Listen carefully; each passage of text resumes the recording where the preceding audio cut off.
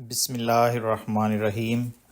خلاصہ خطبہ جمعہ سیدنا امیر المومنین حضرت مرزا مسرور احمد خلیفۃ المسیح الخامس ایدہ اللہ تعالی بنصر العزیز فرمودہ 3 نومبر 2023 بمطابق 3 نوموت 1402 ہجری شمسی بمقام مسجد مبارک اسلام آباد ٹیل فورٹ سرے UK۔ امیر المومنین حضرت خلیفۃ المسیح الخامس ایدہ اللہ تعالی بنصر العزیز نے مورخہ 3 نومبر 2023 کو مسجد مبارک اسلام آباد ٹیل فورٹ UK میں خطبہ جمعہ ارشاد فرمایا، جو مسلم ٹیلی ویژن احمدیہ کے توسط سے پوری دنیا میں نشر کیا گیا۔ جمعہ کی اذان دینے کی سعادت مولانا فیروز عالم صاحب کے حصے میں آئی۔ تشہد تعوذ اور سورۃ الفاتحہ کے بعد سورۃ آل عمران کی آیت 93 کی تلاوت و ترجمے کے بعد حضور انور ایدہ اللہ تعالی بنصر العزیز نے فرمایا، اس آیت میں اللہ تعالیٰ نے واضح فرما دیا کہ نیکی کے اعلیٰ معیار اس وقت ہی حاصل ہوتے ہیں جب تم خدا تعالیٰ کی رضا حاصل کرنے کے لیے اللہ تعالیٰ کی راہ میں وہ خرچ کرو جس سے تم محبت کرتے ہو۔ حضرت مسیح موعود علیہ السلام اس کی وضاحت میں فرماتے ہیں کہ تم حقیقی نیکی کو جو نجات تک پہنچاتی ہے ہرگز پا نہیں سکتے بجز اس کے کہ تم خدا تعالیٰ کی راہ میں وہ مال اور وہ چیزیں خرچ کرو جو تمہاری پیاری ہیں۔ پھر ایک جگہ فرمایا کہ مال کے ساتھ محبت نہیں چاہیے۔ اللہ تعالیٰ فرماتا ہے کہ تم ہرگز نیکی کو نہیں پا سکتے جب تک تم ان چیزوں میں سے اللہ تعالیٰ کی راہ میں خرچ نہ کرو جن سے تم پیار کرتے ہو۔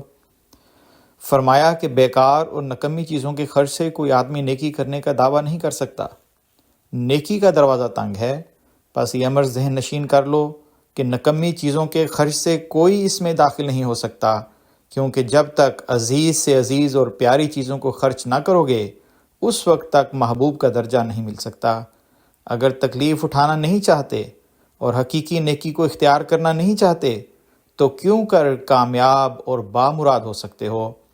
فرمایا کہ کیا صحابہ کرام رضوان اللہ علیہم مفت میں اس درجے تک پہنچ گئے جو ان کو حاصل ہوا؟ خدا تعالیٰ کی رضامندی جو حقیقی خوشی کا موجب ہے حاصل نہیں ہو سکتی جب تک عارضی تکلیفیں برداشت نہ کی جائیں۔ خدا ٹھگا نہیں جاتا۔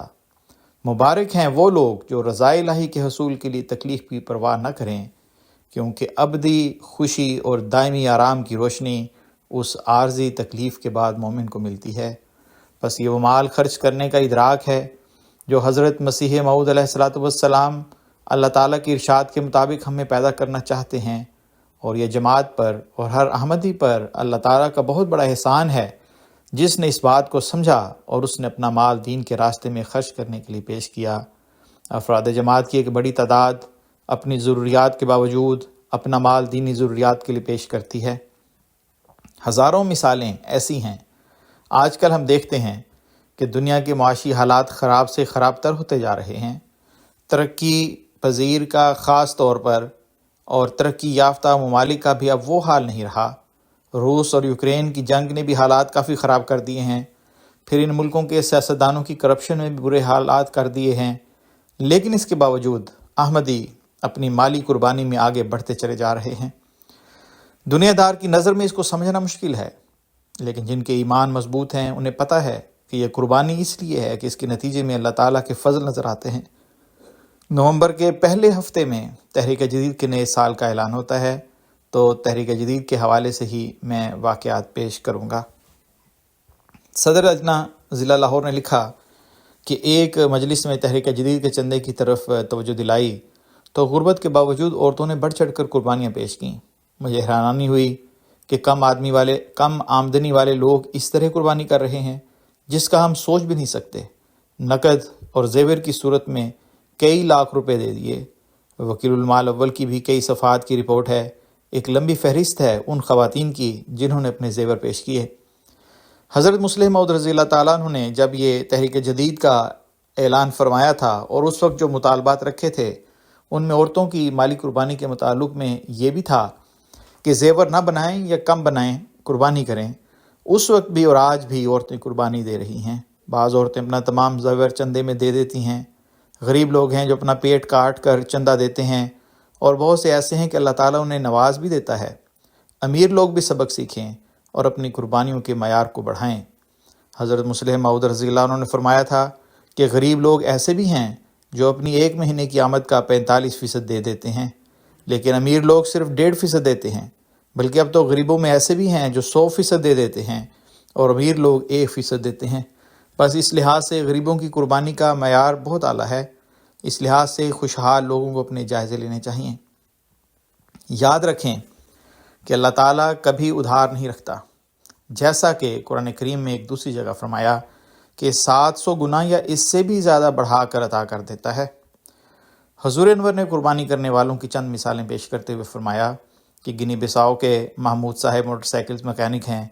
مشنری جب صاحب نے چندہ تحریک جدید کی طرف توجہ دلائی تو انہوں نے جیب میں موجود 10,000 فرانک صفا کی رقم چندے میں ادا کر دی۔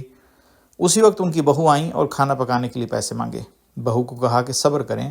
محمود صاحب کہتے ہیں کہ اس پریشانی میں گورنمنٹ کے دفتر سے فون آیا کہ گزشتہ سال ہماری موٹر سائیکلوں کی جو مرمت کی تھی اس کی 1,90,000 صفا کی رقم آ کر لے جائیں، اور وہ رقم کا چیک لے کر گھر آئے اور کہا کہ یہ سب چندہ تحریک جدید کی برکت تھی۔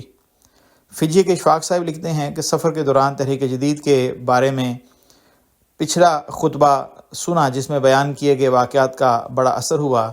دوران سفر ہی سیکرٹری صاحب تحریک جدید کو فون کر کے اپنا چندہ دوگنا کروا دیا۔ کہتے ہیں کہ اس کے بعد بزنس میں 2 گنا منافع ہوا، جو سب تحریک جدید کے چندے کی برکت ہے۔ تنزانیہ کی ایک جماعت میں ایک صاحب جس کمپنی میں نوکری کر رہے تھے، اس کمپنی نے مالی نقصان کی وجہ سے کارکنان کی تنخواہوں میں سے کٹوتی کر دی۔ تحریک جدید کا آخری مہینہ تھا۔ ان سے جب معلم صاحب نے رابطہ کیا تو مشکلات کا اظہار تک نہ کیا اور اللہ پر کامل بھروسہ کرتے ہوئے اپنا وعدہ ادا کر دیا۔ اگلے دن کمپنی سے فون آیا کہ آپ کی محنت اور ایمانداری کی وجہ سے آپ کی تنخواہ سے کٹوتی نہیں ہوگی۔ وہ کہتے ہیں کہ یہ سب تحریک جدید کی برکت کی وجہ سے ہے۔ ملاوی کی ایک بزرگ خاتون کھیتی باڑی کرتی ہیں۔ تحریک جدید کا وعدہ لکھوایا اور ادا نہیں کر سکیں۔ یاد دہانی کروائی تو بہت کوشش کی اور دعا بھی کی، کام نہ مل سکا۔ ایک دن نماز عصر کے بعد انہیں خبر ملی کہ ان کے پوتے نے انہیں 45,000 مقامی کرنسی میں بھجوائے ہیں۔ فوراً اپنے وعدے کی ادائیگی کر دی اور بار بار اللہ کا شکر ادا کیا کہ وعدہ ادا کرنے کی توفیق دی۔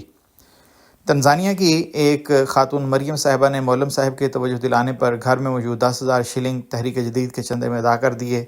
کہتی ہیں کہ اللہ تعالیٰ نے اسی دن مجھے 1,00,000 شلنگ لوٹا دیے، جو سب چندے کی برکات ہیں۔ گنی بساؤ میں عثمان صاحب نوبائے کافی مشکلات میں تھے۔ ایک رات سوئے تو آواز آئی کہ اپنا چندہ باقاعدگی سے ادا کیا کرو۔ مشنری صاحب کو اپنی خواب سنائی تو انہیں چندہ جات کا بتایا گیا۔ انہوں نے تحریک جدید کا چندہ ادا کیا اور باقی چندوں کی فہرست بنا کر اپنے چندے ادا کرنے شروع کر دیے۔ اللہ تعالیٰ نے مشکلات دور کر دیں تو کہتے ہیں کہ یہ سب تحریک جدید کے چندے کی برکات ہیں۔ نائجر کے امیر صاحب کہتے ہیں کہ ایک معلم کی اہلیہ گھریلو خاتون ہیں۔ معلم صاحب ان کا تحریک جدید کا چندہ ادا کر دیا کرتے تھے۔ ان کی اہلیہ نے کہا کہ میں اپنا چندہ خود ادا کروں گی، اور اپنا وعدہ 8,000 لکھوا دیا۔ معلم صاحب پریشان ہوئے کہ کہاں سے ادا کرو گی؟ کچھ دن بعد ان کی پڑوسن آئی اور کپڑے سلائی کا کام دیا اور 3,000 ادا کیے، اور اس کے بعد اتنا کام آیا کہ آسانی سے چندہ ادا ہو گیا۔ کہاں تو مخالفین جماعت کو ختم کرنے کے لیے زور لگا رہے تھے، اور کیسے اللہ تعالیٰ نے نومبائن کے دل میں قربانی کرنے کی تحریک پیدا کی اور پھر نواز بھی رہا ہے۔ مخالفین جتنا مرضی زور لگا لیں، ناکامی اور نامرادی ان کا مقدر ہے۔ جماعت دنیا کے ہر کونے میں قربانیوں کی مثالیں پیش کر کے آگے بڑھتی چلی جا رہی ہے۔ حضور انور نے تحریک جدید کا تاریخی پس منظر پیش کرتے ہوئے اور اس کے مقاصد کا ذکر کرتے ہوئے احباب جماعت کو نصیحت فرمائی کہ ان قربانیوں کے تسلسل کو نہ صرف خود جاری رکھنے کی کوشش کرنی چاہیے، بلکہ اپنی نسلوں کو بھی اس کی طرف توجہ دلاتے رہیں۔ بعد ازاں حضور انور نے تحریک جدید کے دفتر ششم کے اجراء کا اعلان فرمایا۔ نیز تحریک جدید کے 89ویں سال کے اختتام پر اعداد و شمار بیان فرمائے اور 90ویں سال کا اعلان فرمایا۔ تفصیل کے لیے درج ذیل لنک ملاحظہ ہو۔ خطبہ جمعہ کے آخر پر حضور انور نے فلسطینیوں کے لیے دعا کی مقرر تحریک کرتے ہوئے فرمایا کہ فلسطینیوں کو دعاؤں میں یاد رکھیں، ہمیشہ انہیں نہ بھولیں۔ عورتیں اور بچے جس ظلم کی چکی میں پس رہے ہیں، اللہ تعالیٰ جلد ان کی رہائی کے سامان فرمائے۔ روزنامہ الفضل انٹرنیشنل، مورخہ 6 نومبر 2023، صفحہ نمبر 1 اور 2، آواز رضوان احمد افضل۔